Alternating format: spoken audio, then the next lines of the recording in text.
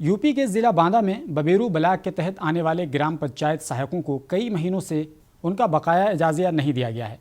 इसको लेकर ग्राम पंचायत सहायकों ने ब्लॉक पहुंचकर न सिर्फ मुजाहरा किया बल्कि मुताल्लिका अफसर को एक मेमोरेंडम देकर उनके बकायाजात को अदा करने का मुतालबा किया।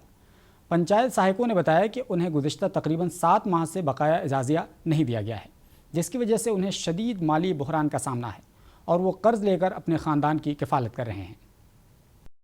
क्या नाम है आपका? मेरा शुभ नाम शिखा देवी है, ग्राम सातर से।